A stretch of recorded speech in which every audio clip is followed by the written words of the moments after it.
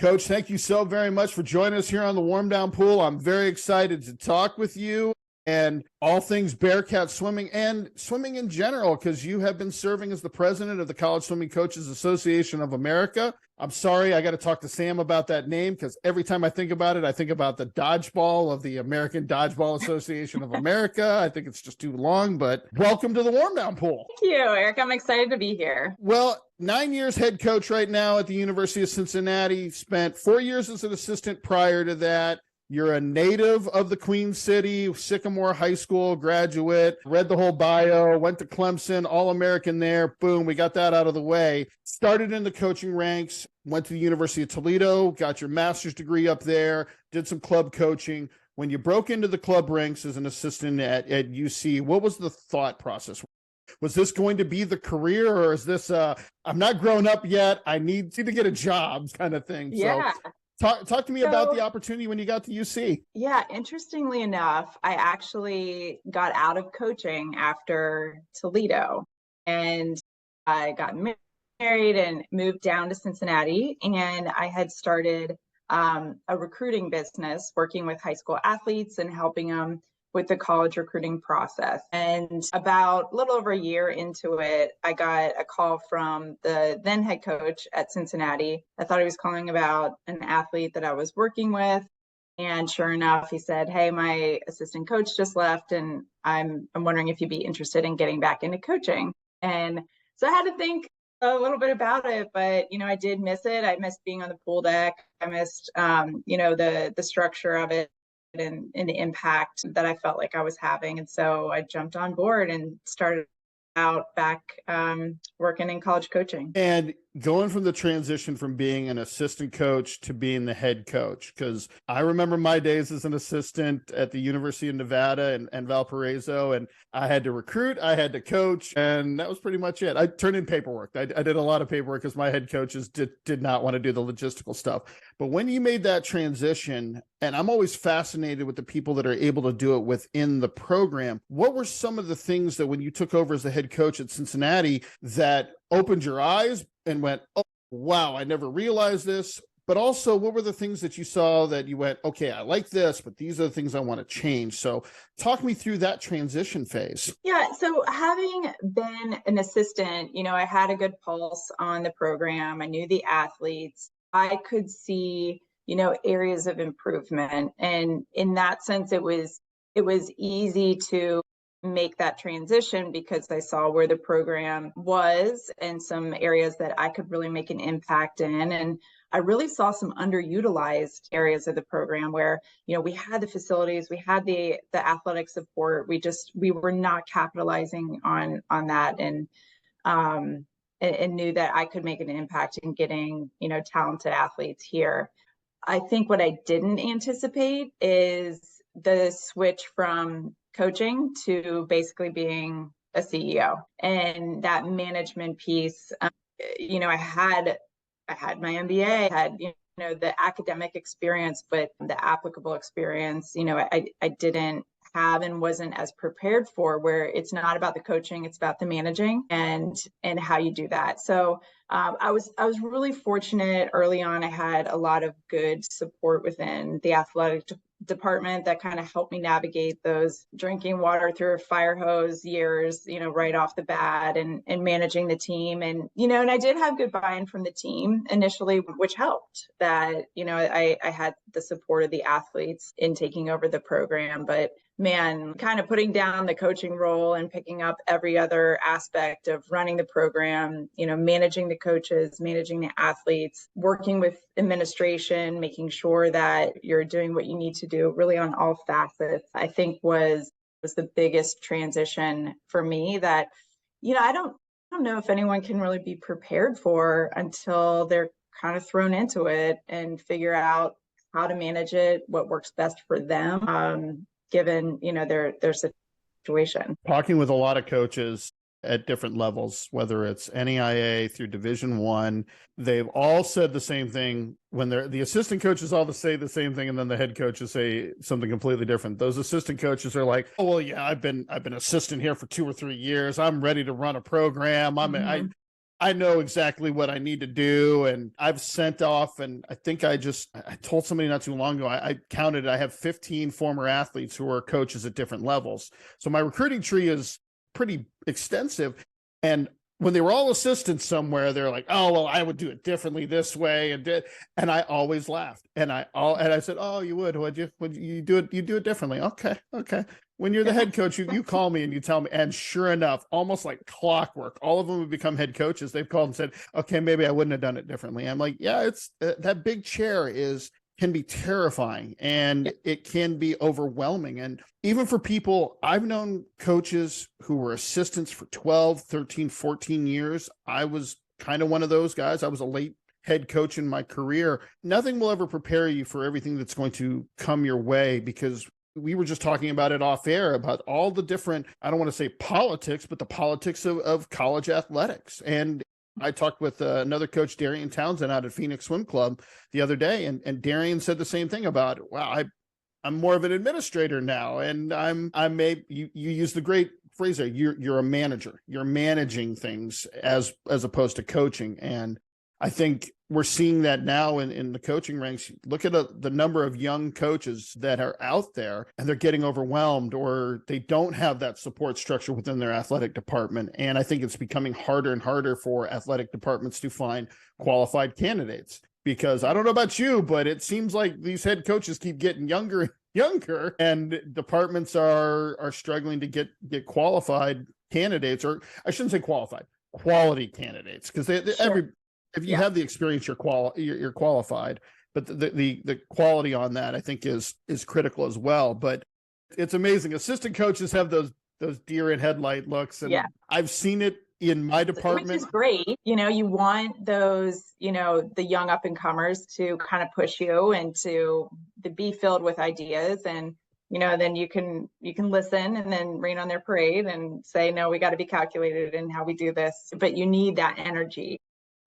I think it's great to have. I call it youthful ignorance in coaching, because you don't know what you don't know. And it's sometimes that is bliss. After 12 years as a head coach here, I know what works, what doesn't work. So I know what I can experiment with. And my experience here at a small college might be different at a large Division I institution. I had an assistant coach ask me, like, well, how would you have handled this situation when you were at Nevada? And I go, completely different, because the policies of the university, the policies of the department, as well as, I hate to say it, but being Division I, as well as anybody, you get probably 10 to 20 unsolicited emails a week from people saying, I want to swim for Cincinnati. And you're looking at their times going, I can't even offer you a walk-on.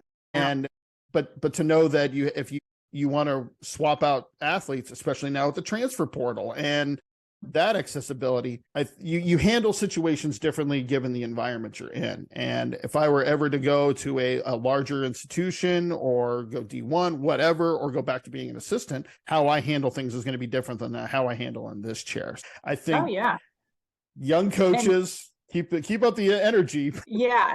Well, and everything's changing so rapidly too, where, what you might have done a number of years ago, you can't do anymore, or you have to do it differently. You have to go about it differently. It constantly is evolving. So, we all, like, starting out in coaching, you tend to stick with what you know and how you were coached and what's familiar to you.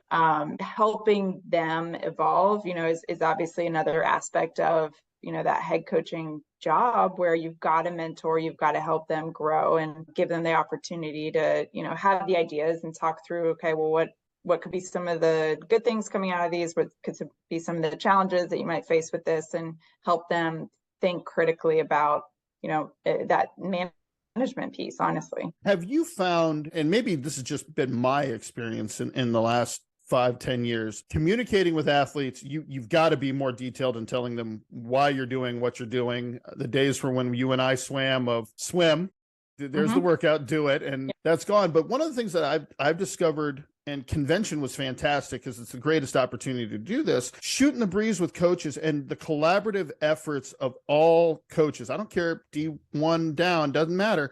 Are you finding that coaches are more open now of communicating and sharing ideas and talking about training more so than, say, 10, 15 years ago? Because I'm seeing it, but maybe it's just me. No, I absolutely think so. I think as we're all trying to navigate the changing landscape, we're realizing we've got to rely on each other. We've got to ask for help. We've got to share ideas on, how to continue to be successful, how to continue to support the athletes and work within your department. And I think that only the more collaboration we have, the more it's going to strengthen, our swimming community. And I think there's a lot of people that recognize that. So, one person's success can be everybody's success, I think. I would agree with that. And I think one of the other things that we're seeing a lot, and I mentioned this podcast was born from these conversations that we're having, is that coaches there's text groups now with coaches, and we're not talking about, hey, I just signed this kid, or I just signed it.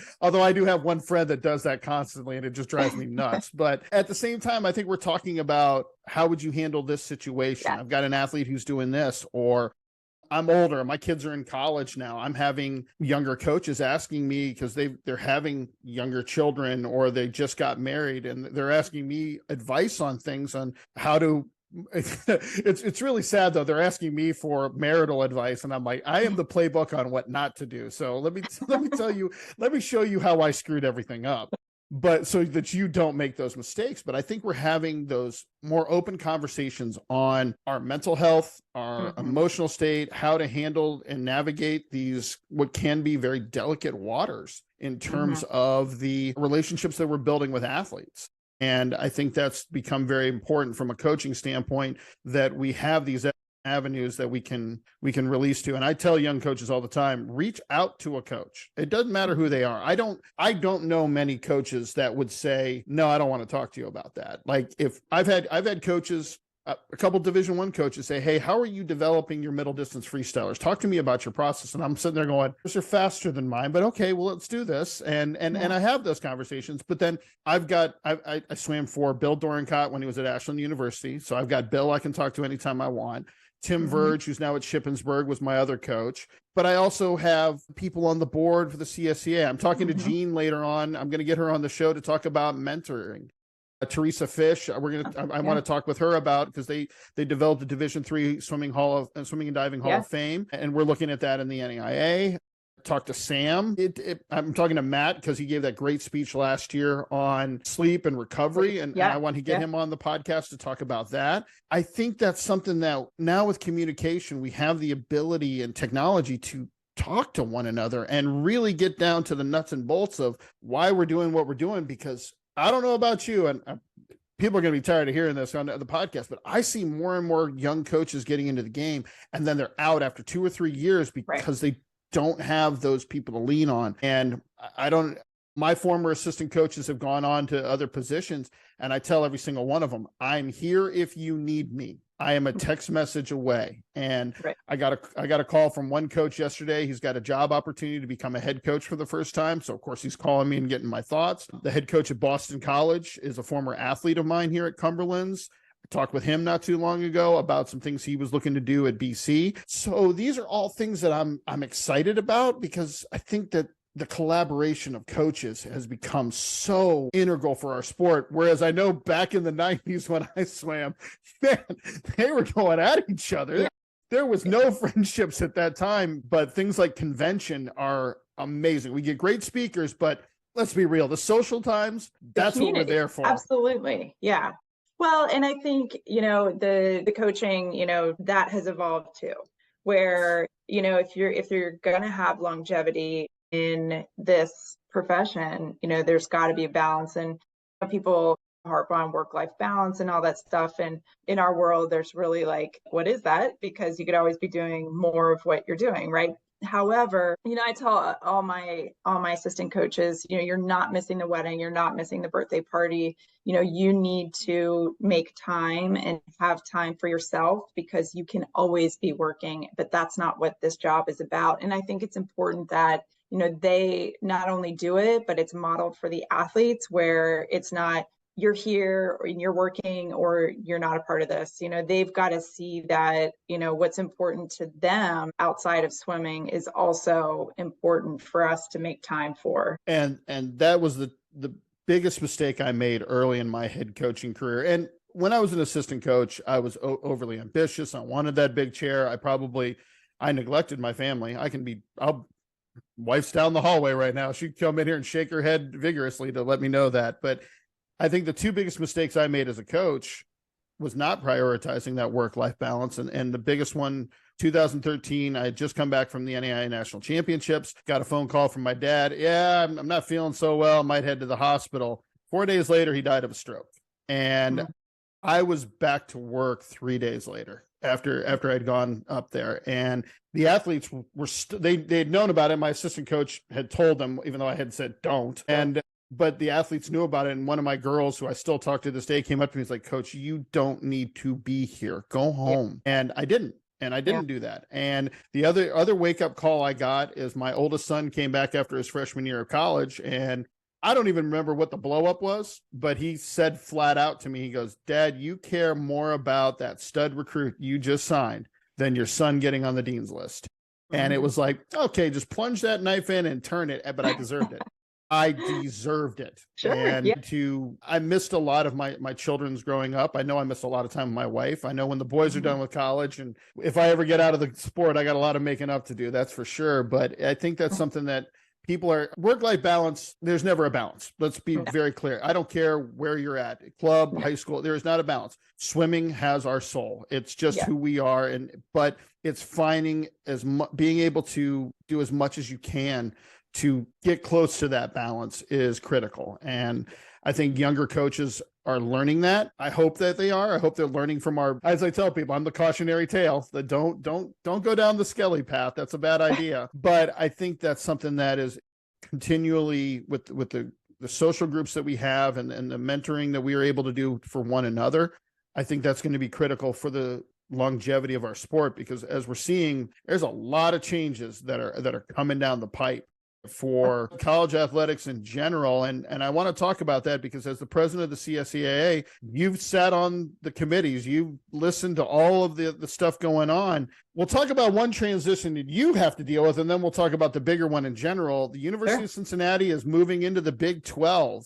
That's right. But at the same time, Texas and OU are moving to the SEC, and then we're getting words that Colorado and now Arizona are looking to join the Big 12.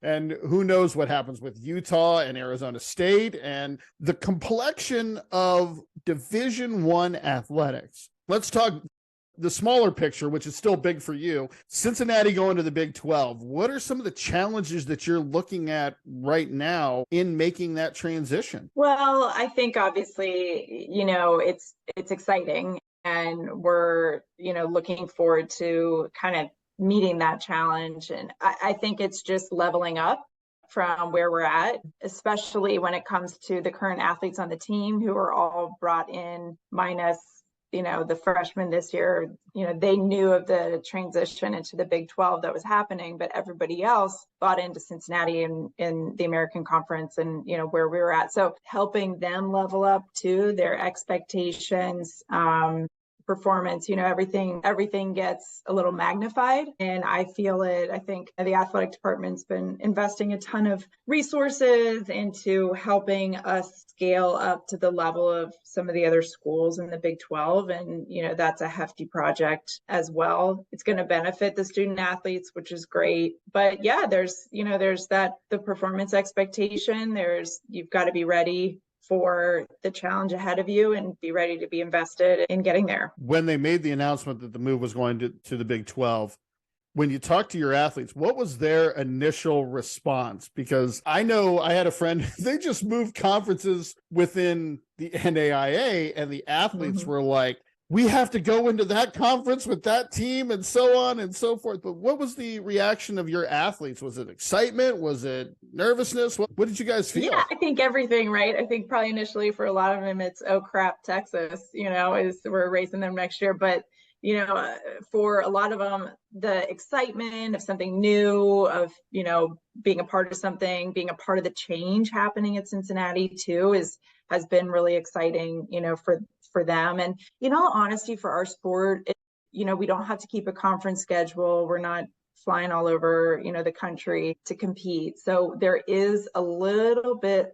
of, consistency still for us next year in our competition schedule and what they'll experience. But there's certainly been a big push and an exciting push about what's next, and, them getting on board with that. We scale that up. We're seeing the changing face of Division I athletics, and Texas and OU going into the SEC. We're hearing, again, like I mentioned, Arizona, Colorado looking to join the Big 12. There's been talk the Big 10 is trying to grab Oregon and Washington. And then you've got all these other, the group of five, Power Five. I hate all that stuff. It's all D1. Yeah. I really don't care. But yeah. You've got all these other schools that are trying to jockey for position to get into these conferences to survive. I worked at the University of Nevada, and they were trying for years to join the Pac-12. That's where they wanted to be. They didn't want to be in the Mountain West. They didn't want to be in the WAC. They wanted to be Pac-12. Those doors are now starting to possibly open for them, but we're seeing everything being football centric. So my question to you, and having served on the board, I'm not asking you to divulge information, but does it concern you that the potential that these big power conferences could break away from the NCAA, and what that will do with Olympic sports? Absolutely. I mean, I think anything is on the table at this point, and I think we're going to continue to see some rapid changes over the course of the next few years. How the NCAA is going to navigate that, there's a lot of question marks. How the individual conferences are going to navigate that, there's so many unknowns right now. And I think the only thing that we can do is control what we can control right now, and help position our sport in a good light, help find a way that maybe there's some financial stability for swimming and diving. I mean, the best thing we have going for us is we're such a high priority, at the Olympic level, that we've got to rein in USA Swimming and collaborate with them on how we can position our sport down the road and navigate these changes, because I don't think anyone has any answers. And I definitely think being proactive is the best thing that we can do right now, instead of just kind of sitting and waiting for things to shake out and then figuring out where our place is. I know my goal is to get Joel Schinnefeld onto the podcast at some point, because I know he's obviously served as an executive director for the CSCA. Now he's working with USA Swimming, and he had a great talk at convention regarding the relationship between college swimming and USA Swimming. I think that's going to be, like you mentioned, critical. And one of the things that again, we're both on the board as of right now, and I get to see behind the curtain and see all the stuff. And it blew my mind talking with Clark Campbell and hearing him talk this year, that it took 20 years to get a recruiting calendar. That blew my mind, that it was that much of a struggle for the sport. I mean, obviously other sports have it, basketball, football, the revenue sports, if you will, but it took 20 years to get consensus and get that passed. And being on the board and knowing that the NIC exists, and hearing that there are some organizations, coaching organizations, I think men's wrestling and volleyball, the ones that are cited by Sam all the time, that, and as well as us, that we're being proactive. We're looking, what's this going to look like in 5 years? I feel bad for the organizations that have blinders on, that don't see that these changes are going to radically affect them, and they're not prepared for what's about to come, because that's going to put them at a serious disadvantage. And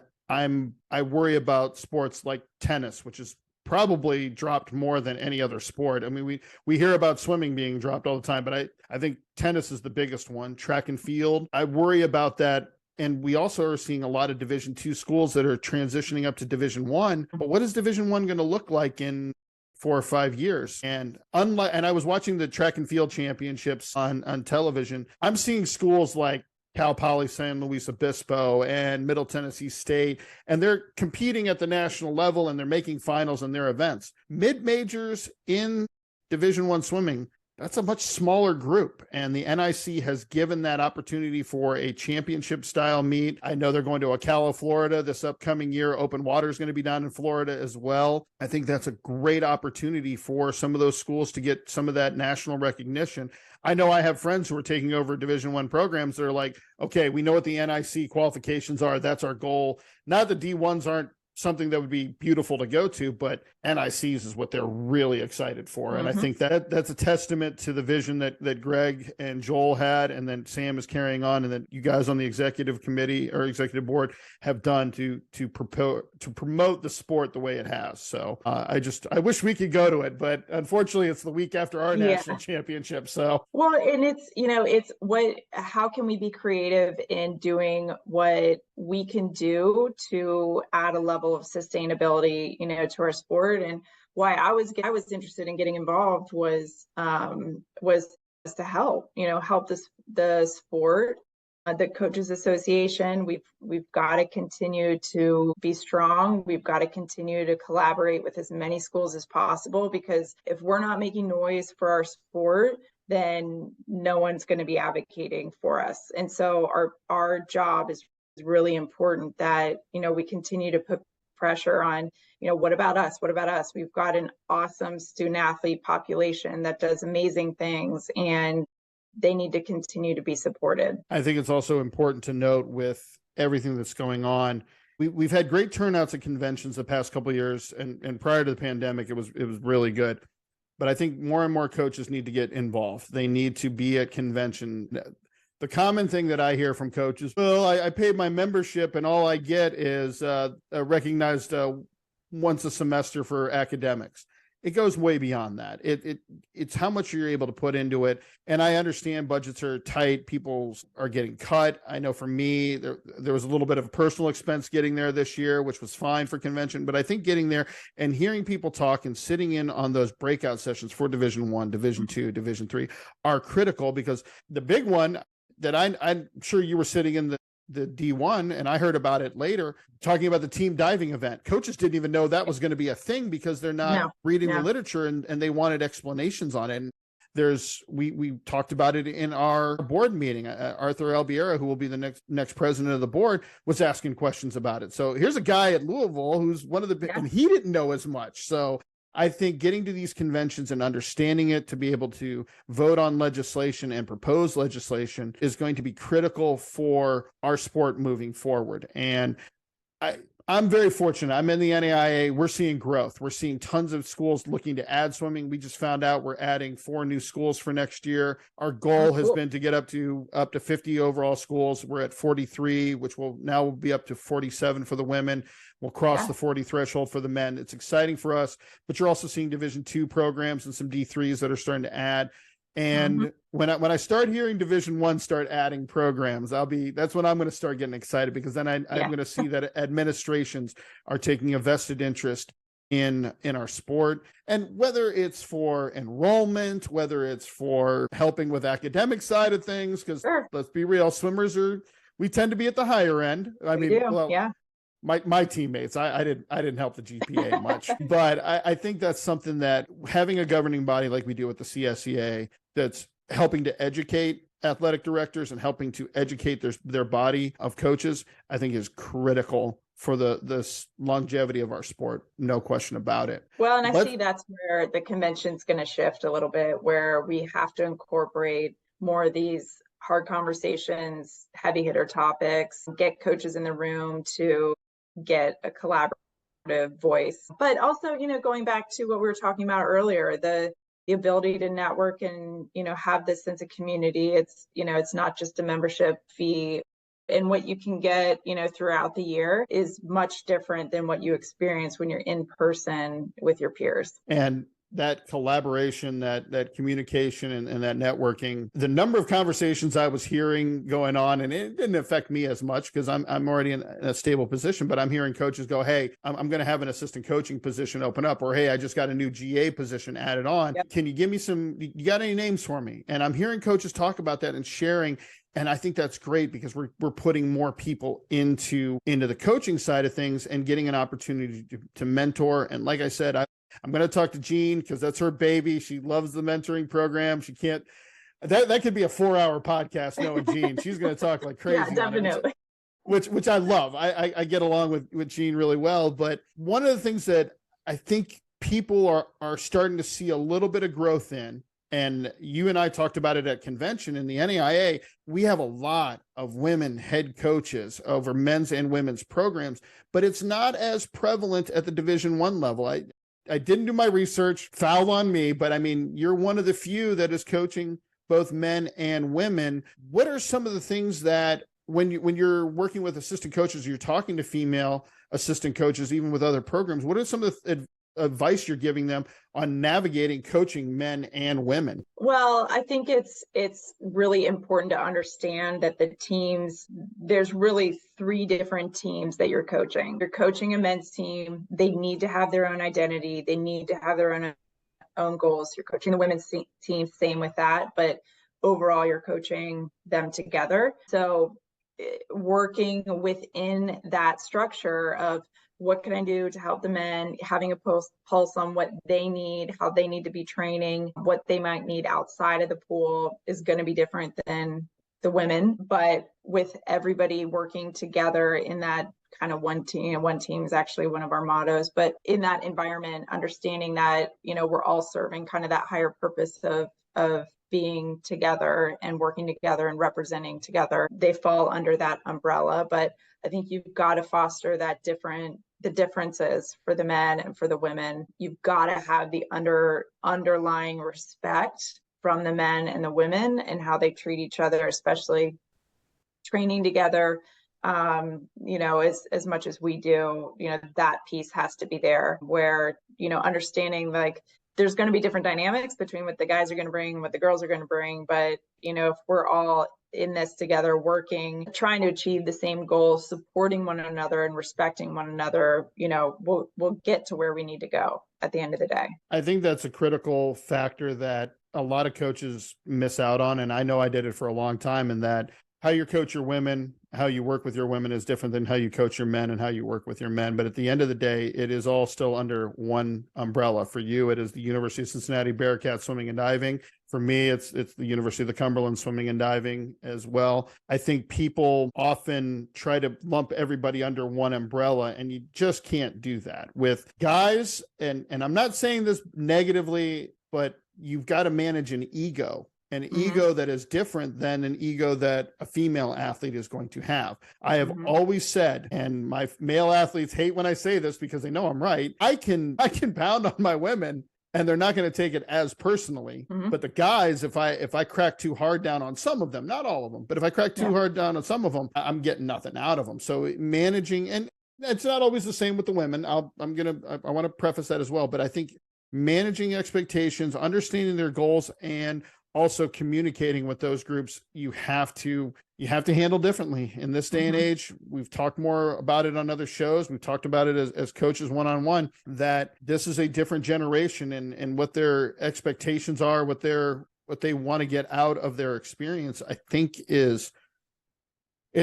light years different than when I was an athlete. And I'm sure my expectations and goals 20 years prior to me was different than those athletes. And I think the challenges that we're seeing now in our sport is the mentoring and the fostering information for our younger coaches to develop into head coaches. And I'm excited. I'm seeing more and more women's head coaches that are taking over men's and women's. They're not just coaching the women's only. I love seeing that because, again, I'm a guy I grew up with women, so I understand that. I mean, there's some great knowledge to be had there, some great coaching that can be done. And I want to go back to a time, honestly, because before the NCAA brought women's athletics in, we had the AIAW. And during that time, you had the head coaches, about 75 to 80% of them were female.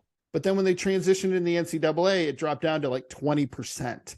And because I hate to say it, the powers that be, the men involved, sadly, I'm turning in my man card for this one, saw profitability in coaching women's athletics. Oh, sure. Yeah. And we saw it here when we were looking at hiring a women's wrestling coach. There were a whole lot of men's wrestling coaches, which is a completely different style. There's folk style and freestyle. They wanted to coach the women, but they had no experience at it. So we ended up hiring a great female head assistant who's taking over the program. I'm excited to see what Sarah can do, but fostering that and growing that. And I've always found that oftentimes the women's head coaches in our sport are tougher than most of the guys. I don't know what it is, but maybe it's because they've had to break through that glass ceiling. Maybe it's because they've had to put that chip on their shoulder, like, hey, the party's over here, guys. It's not over there. The party's over. And I'm cool with that. I'll go where the party's at. I'm cool wherever it is. But I think that's something, I think being a head coach of a co-ed program like you are, I think that inspires a lot of young coaches, young female coaches, and it also is going to give them opportunities they may not have had in getting hired in on programs. Like if I had a female athlete who's gotten to coaching and you've got a vacancy, I'm going to steer her your way and say, hey, I can't promise you a job, but I can put you in touch with Mandy and say, hey, this is a person that's going to mentor you, who's going to foster your knowledge, and she's going to make you work. She's not going to put up with crap. I've heard that. I know you don't put up with any garbage. I know one of your former athletes, her sister swam for me. So I heard some stories, so it's all good. I'm in full support, but I think it's important that we're fostering young coaches, but specifically young female coaches, because I see young guys dropping out, but I see the women's head coaches dropping out even faster and working for someone that can talk to them about work-life balance. And I think that I can't relate to that. Like the female head coaches or assistant coaches I've had have all done great for me. But when they talk to me about work-life balance, I'm like, I got to find you somebody. I'm not that guy. Yeah. And I think, I love it when I have women that reach out to me that just want some guidance, want some support, want to bounce ideas off me or talk about, their path in coaching. I think I'm really lucky to be in this position and be able to, have that advice and guidance that I can offer, these other women, and that they see, okay, there's a path, for me. And maybe I'm not getting this mentorship from, my current head coach. That's fine. But if you can reach out and get it somewhere else, it's just as valuable. And I think the other piece, kind of going back to, at some point, when women kind of drop out of coaching, and I guess no different than men, when there's different opportunities or that work-life balance, if you're not in an environment that's promoting, for your sanity, you take care of yourself and your family. And if you're going to have longevity, you've got to find a way to do that. They need to get that support somewhere. And I'm always an advocate of young coaches reaching out to other coaches and talking about, and I've had a bunch of my assistant coaches go right into being head coaches. And then of course they get overwhelmed. I tell them, like, you've only worked for me as a GA. What are you doing? Go work for somebody else. But for the women that I've had who have moved on into coaching, the names that I throw out all the time: Jean Fleck out at Fresno State. Love. I said, reach out to her. Danny, when she was at MIT, I had her. But the one I throw out, and I said, I don't know her personally. I met her one time, but I know her experience trumps all. Ann Goodman James out of Colorado College, because she's been at all levels, and she gives amazing advice. And anybody who's ever come out of her program as an assistant coach has gone on and been so successful. And I'm throwing your name into the hat as well, because again, a lot of these coaches, they're coaching just women's only programs, but getting that advice and knowing that there is opportunities at the Division I level where they can coach a co-ed program, that the ceiling is not capped for them, I think is critical.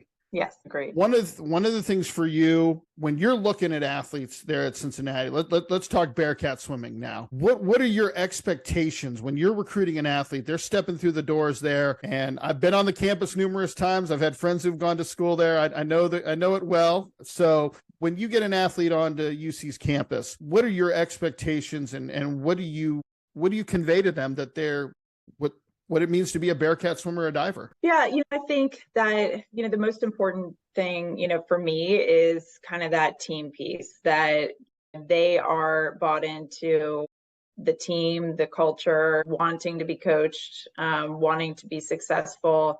They're happy here. A happy swimmer is going to be most likely a successful swimmer. So making sure that, and everyone talks about fit, and being a good fit, but really for me, I will pass on somebody that is not culturally a good fit for us, because I don't want to disrupt what we have, right now. But, for me, like they need to have a sense of ownership in how they're going to train, what they want to do, how they think they need to get there, some sense of direction. I want to see that out of the athletes, because I know we've thrown around collaboration a lot, but that's definitely my coaching style, where it's not just me telling you what to do. I need your input. I need your feedback. I need you to be bought in.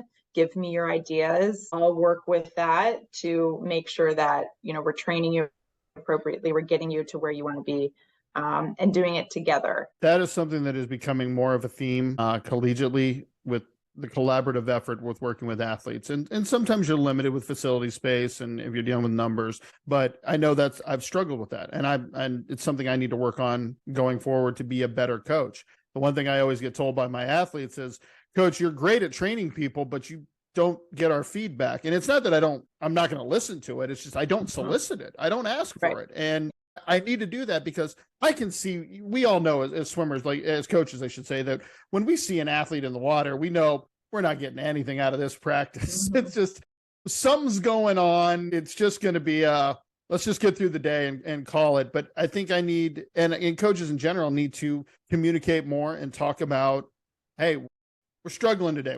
What's going on? Is there stuff going outside the pool? If you're comfortable talking about it, let's talk about it. If not, okay, at least I know where we stand. And I've had athletes who they want to talk about why we do what we're doing, except they choose the worst possible time to talk with me. And instead of kind of pushing them off to the side, I need to say, hey, I've got a second group I got to work with right now. My office hours are this time. Swing by, let's talk. I need to be more open. I think more coaches need to be more open with that because they know their bodies better than we do. We can only guess. And what works on a piece of paper may not work for that person that day, but it may work for little Johnny over here. And he may have the greatest workout of his life, but Jimmy or Susie or whoever, keep using the same generic names, but oh well, it's not clicking for them. And I think we can't always individualize as much as swimmers would love us to. I think they would all love us. If we have a roster of 60, they would love 60 different workouts. We don't have that kind of time.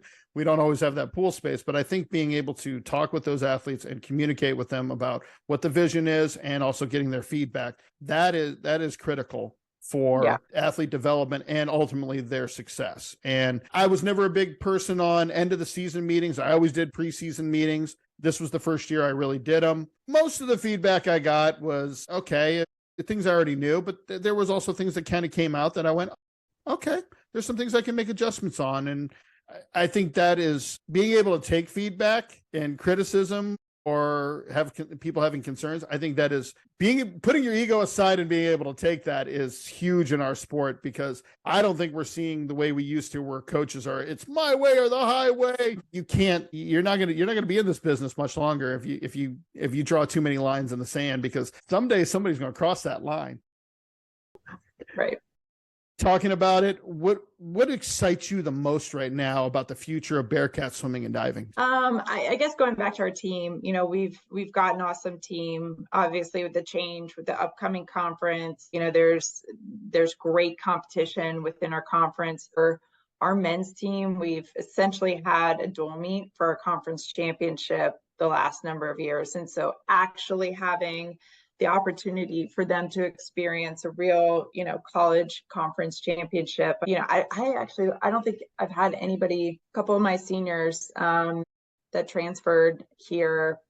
Outside of that, none of my men have experienced this. So I think that's going to be a really exciting change for them, but really just for the future of where the university is going and the program. I mean, that's really where my mind's at right now. Well, the future is absolutely bright. I'm excited to see where you guys go. I'm just down the road about 2.5 hours. And everybody always asks, like, why do we schedule dual meets with Division I programs? I said, well, I did. And that was Xavier. And I almost beat him. And he doesn't want to swim me anymore. And I love Brent. I've known Brent forever. And I said, well, we were supposed to be in a meet with Ohio State, Cincinnati, and Kenyon because Ashland dropped out. Yeah. And this was years ago. And they're like, well, why did we do it? And I go, well, it was our senior day. But also we'd get destroyed. And I still have a little bit of an ego, but I think it's exciting to see. I know they got a great facility there at UC, much better than the pool that was there when my buddies were in college back in the 90s. That place was terrible, but great facility there. Big move to the Big 12. Our last segment of the show here, Coach, we call it 650s on the top. I'm going to give you 6 questions. So you pick one or the other. You can't push. Okay. You can't say both. Now, I've had a couple coaches try to pull that one on me. So Are you ready? I'm ready. Let's do it. All right. Action or comedy films? Action. Would you rather drive cross country on a vacation or take a train? I probably would drive. Would you, if for a superpower, would you rather have super strength or invisibility? I'd say invisibility. There you go. You're the first person I've asked who's gone that route. So Really? Wow. yeah, most of the time when I throw that at people, they all want the super strength, and I'm like, I don't have that. I don't have the ability to work out that much. At night when you're sleeping, do you have to have a fan on, or can you not have a fan on? Totally silent. Okay. Except if I'm traveling in a hotel room and it's noisy, then I have a white noise. Other than that, no. I am fascinated with the people that have to have a fan on. My wife is that way. I don't. It's so hard for me. I don't know what it is. All right, next two questions are important. You are like I said at the beginning, you're a native of the Queen City in Cincinnati, Ohio. I'm going to throw this at you. Now, I'm a Northern Ohio boy, so which is better, Kings Island or Cedar Point? Kings Island. I'm sorry, that's the wrong answer. That is always the answer is always the Point. I used to go to both, but I worked at Cedar Point for a year, so that was you're a little jaded. And finally, the most important question for anybody from the city of Cincinnati, Gold Star or Skyline? Gotta be Skyline. I have never gotten anybody to say Gold Star, and I don't think I ever will. And they have one, it's about 30 minutes away. So the nearest Skyline to me is with their opening one in Richmond. So about 45 minutes away. The next closest one, they put one in Lexington, but before that, I was in Dry Ridge, right across basically the Ohio River. But they have a Gold Star in Somerset, Kentucky, and everybody's like, "Oh, when you go over, you get Cincinnati chili," and I go, "No, I don't. No." It's but it's the same, and I'm like, get out of my house. I used to have cans of it flown out to me in Reno, and my wife made the mistake again. She's from Chicago. She legitimately thought it was like a chili you heat up and you eat like, this is terrible. I go, put it over top of spaghetti with a mountain of cheese on it. And she did that. And she goes, oh, it's a condiment. Much better. I go, oh yeah, absolutely. So, well, Coach, I'm excited to see what UC Swimming and Diving. It's so hard for me to say that because I'm UC Swimming and Diving, but obviously a different level. Yeah. We can follow you guys on Instagram at Twitter at Go Bearcats Swim. We'll be following this year, the big transition to Big 12. Thank you so very much for being on the show. It's been my pleasure, and I'm excited to see yet another Ohio school be successful in the sport of swimming and diving. This has been Thanks, Coach. Thank you.